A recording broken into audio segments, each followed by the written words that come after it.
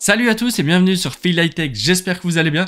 Aujourd'hui on se retrouve pour une nouvelle vidéo de présentation d'un des derniers produits que j'ai reçus de la part de la marque Aqara. C'est leur interrupteur, donc le Light Switch H2 en version européenne. C'est aussi un interrupteur qui a été présenté au salon de Las Vegas. On verra évidemment les différentes fonctions, on verra comment le mettre en œuvre, comment l'intégrer, bref on fera encore une fois le tour de cet appareil. Avant toute chose, comme à l'habitude, je vous invite à liker la vidéo, à vous abonner, à activer la petite cloche, bref, à faire tout le nécessaire par rapport à la vidéo. Et on se retrouve pour la présentation. Alors dans la boîte, on va retrouver évidemment notre interrupteur, le mode d'emploi, les vis de fixation. Attention que dans le mode d'emploi, vous avez le code QR pour l'intégration en Matter. Si on s'arrête sur le site pour la présentation, on peut voir en tout cas qu'il est compatible Zigbee et Matter, que le neutre est optionnel, qu'on peut le convertir en interrupteur sans fil avec différentes fonctions. On verra ça évidemment lors de la présentation.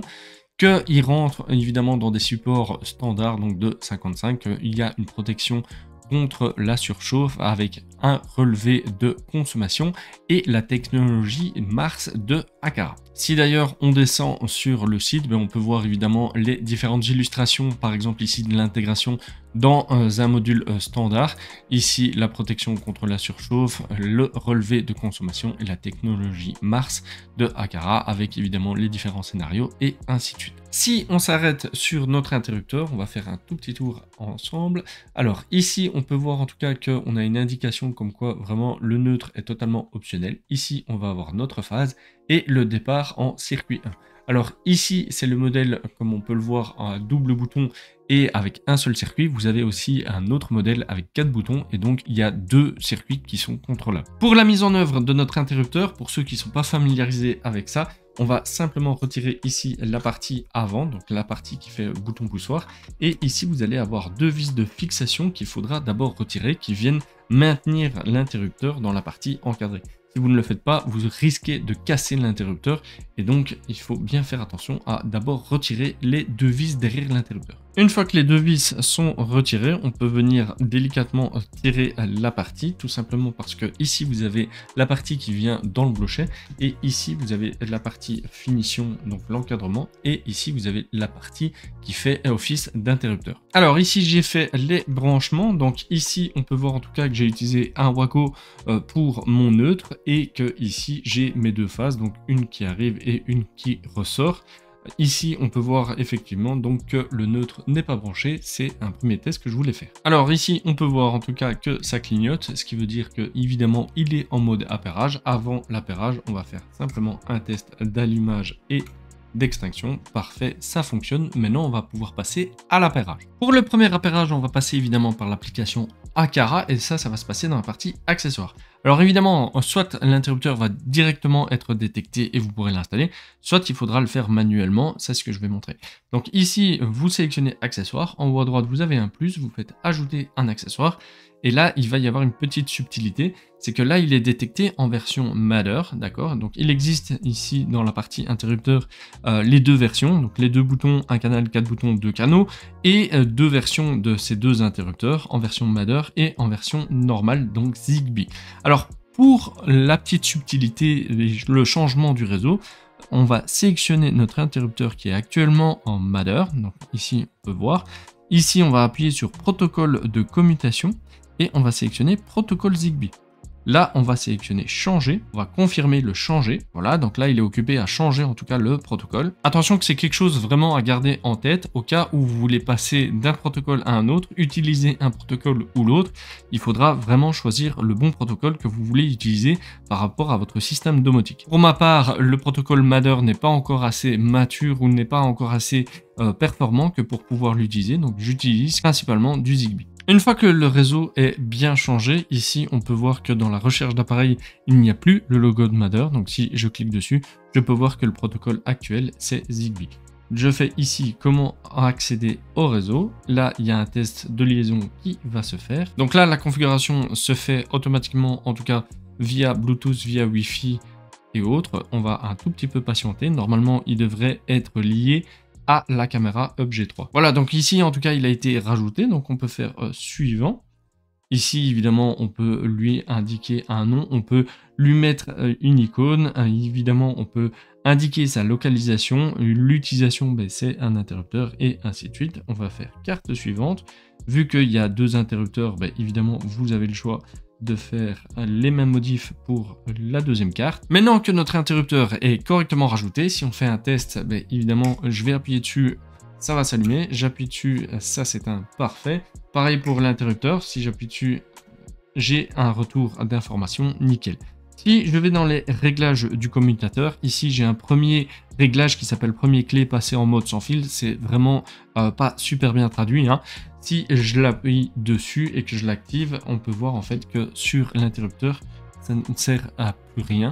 Donc je ne peux que passer par l'application que pour allumer la lampe. Donc ça évidemment c'est un choix à faire en fonction évidemment de vos différentes configurations et ainsi de suite. Vous avez aussi le contrôle bidirectionnel rapide en fonction évidemment de la configuration que vous utilisez. Vu que moi ici je vais avoir qu'un interrupteur, ça ne va pas me servir. Si en haut à droite j'appuie sur les 3 petits plus, ben, évidemment je vais avoir les paramètres généraux de l'interrupteur comme le nom, la carte de l'appareil et ainsi de suite. Ici, dans les paramètres de fonction, on va pouvoir voir la mémoire de panne de courant. Donc, en cas de coupure de courant, qu'est-ce que vous voulez qu'il fasse? Donc, soit il enregistre le dernier état qu'il avait, soit il inverse le dernier état, soit vous pouvez allumer ou éteindre après le rétablissement de l'alimentation. Dans les paramètres, vous avez aussi le verrouillage du relais. Donc, ici, si on clique dessus, on peut faire activer et donc là le relais est totalement bloqué et il ne peut même pas lancer d'automatisation. Donc ça a du sens si vous voulez bloquer l'accès total au relais, sinon ça n'a pas réellement d'utilité. Vous avez le mode de presse personnalisé. Alors évidemment la traduction est vraiment pas top, mais ici pour vous expliquer, l'interrupteur du dessus va allumer et éteindre la lampe. Évidemment je peux le faire depuis l'application, mais vous avez aussi l'interrupteur du dessous qui à l'heure actuelle ne sert à rien, mais qui peut lancer par exemple des scènes. Alors ici, vous avez un mode simple pression, donc soit on va appuyer dessus et ça va lancer une scène, ou vous avez le mode multifonction, et donc il va rajouter des fonctions à cet interrupteur. Donc soit vous allez appuyer une fois, ça va lancer quelque chose, 2 fois quelque chose, et une longue pression. Donc moi je préfère avoir plus de fonctions par rapport à un seul interrupteur, donc encore une fois, on fait multifonction et en haut à droite sauvegarder. Vous avez aussi une option ici de changement de mode. Donc si on va dedans, on peut voir que c'est le mode anti-scintillement en tout cas qui est pour ma part activé, ou vous avez le mode rapide. En mode rapide, l'appareil va répondre beaucoup plus vite aux actions. Par contre, en mode anti-scintillement, il va faire en sorte que les lampes ne clignotent pas après une extinction ou autre. Et donc ça, c'est vraiment une option à privilégier, en tout cas pour ma part. Vous avez la puissance de commutation, vous pouvez configurer évidemment les différents watts et ainsi de suite. Pour ma part, c'est pas plus utile que ça, donc je le configure pas. Vous avez les témoins lumineux inversés et ça peut être vraiment une option indispensable. Tout simplement parce que ici, je viens de l'activer, donc là, vous le voyez peut-être pas. Voilà, ici, on peut voir en tout cas que le témoin est activé en bleu. Si je désactive ça dans l'application, on peut voir qu'il s'éteint. Alors ici, le vrai avantage, c'est que si maintenant vous êtes dans un couloir qui est très sombre ou même la nuit, ben, vous avez ici, entre guillemets, cette petite indication qui vous permet de voir de 1 où est l'interrupteur et de 2 de pouvoir vraiment directement visualiser si la lampe est éteinte ou allumée, parce que tout simplement ici c'est allumé, donc la lampe est éteinte. Si j'appuie, ben, automatiquement il est éteint. D'accord, donc ça évidemment c'est en fonction de votre configuration, mais en tout cas c'est une super option à avoir pour les pièces un peu sombres ou si vous voulez directement localiser l'interrupteur. Vous avez évidemment la recherche d'appareil et évidemment toutes les informations, à quel hub il est connecté. Donc ici, on peut voir en tout cas que c'est par rapport à la caméra Hub G3 que je vous ai déjà présenté et ainsi de suite. Les différentes informations par rapport au protocole. Alors ici, je vous ai mis en tout cas sur mon tableau de bord. Alors on peut voir évidemment le deuxième bouton qui se trouve en dessous et quelle fonction a été activée. Et vous avez ici le premier interrupteur. Donc si j'appuie dessus, ça va s'allumer. Si j'appuie dessus, ça va s'éteindre. Alors il y a un petit délai de latence, je pense que c'est à cause du mode anti-scintillement. C'est pas trop dérangeant non plus, mais ça ne réagit pas instantanément. Ici, si je clique dessus, encore une fois, je peux activer et désactiver. Donc entre guillemets. Là, ça fonctionne nickel, c'est super bien repris, il y a plein de fonctions. Donc maintenant, on va pouvoir voir l'intégration dans les différentes boxes domotiques. Alors, première box dans laquelle je vais essayer de rajouter l'interrupteur, c'est la iHost de Sonoff que je vous ai déjà évidemment présenté. Donc pour ça, ici, je suis sur la page d'accueil. En haut à droite, je vais cliquer sur le plus, je vais faire Add Device. Et ici, on va faire un Start Setup, vu que le support device, c'est Matter, Zigbee et OnViv. Donc, on lance la recherche et on va voir s'il nous retrouve directement l'interrupteur. Ok, donc là, en tout cas, il m'a rajouté l'interrupteur. Donc, on peut le voir ici. Si je fais un edit, et évidemment, j'ai le nom de l'Aqara Lumi Switch. Lalala. On peut choisir, évidemment, l'emplacement où il est et on peut faire Down. Là, je vais faire Hit, Down. Et je vais aller sur mes devices. Alors ici, je vois bien mon interrupteur. Donc si je clique dessus et que je fais un turn on, je vois bien que la lampe s'allume et s'éteint. On voit bien l'ampérage, les watts et les différentes fonctions. La seule chose que je ne vois pas, c'est évidemment la configuration pour mon deuxième interrupteur qui n'est apparemment pas repris. C'est un petit peu dommage par rapport à ça. Et si je vais dans les paramètres, évidemment, je peux changer différentes choses. Mais encore une fois, je ne vois pas mon deuxième interrupteur ou même la fonction d'activer par exemple les lampes d'éclairage ou autre. Donc on peut dire qu'il est moyennement supporté en tout cas sur la iHost de Sonoff. Deuxième box dans laquelle on va essayer d'intégrer cet interrupteur de Aqara, c'est la Omi Pro. Donc pour ça, encore une fois, je suis sur la page d'accueil. En haut à droite, je vais appuyer sur le plus, nouvel appareil. Je vais sélectionner Zigbee, connecter et continuer.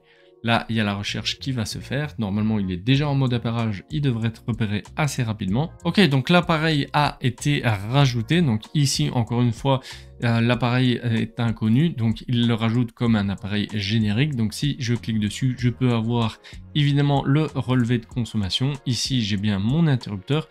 Par contre, encore une fois, il me manque le deuxième interrupteur. Et si je vais dans les paramètres, je vais pouvoir voir les différents paramètres génériques et autres, mais je n'ai pas la possibilité de configurer le deuxième switch ou même les lampes de l'interrupteur. Donc encore une fois, je peux dire qu'il est vraiment très peu intégré sur la Omi Pro. Et maintenant, on va passer à ce qui nous intéresse tous, Home Assistant. Donc sur Home Assistant, c'est comme d'habitude, on va aller dans Zigbee to MQTT, on va faire autoriser à l'appairage, on va descendre tout en bas et ici on va mettre notre interrupteur en mode appairage. Donc encore une fois, on appuie plusieurs fois, on reste appuyé dessus jusqu'à voir un petit clignotement des lampes.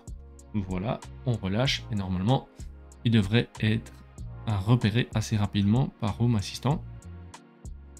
Voilà, donc ici en tout cas je peux voir qu'il a été rajouté entre guillemets correctement parce que je vois donc Aqara, je vois ici le numéro du modèle. Donc si je clique dessus, je vais aller voir ce qui est exposé. Alors dans ce qui est exposé, on va avoir évidemment tout ce qui est en relation avec le relevé de consommation.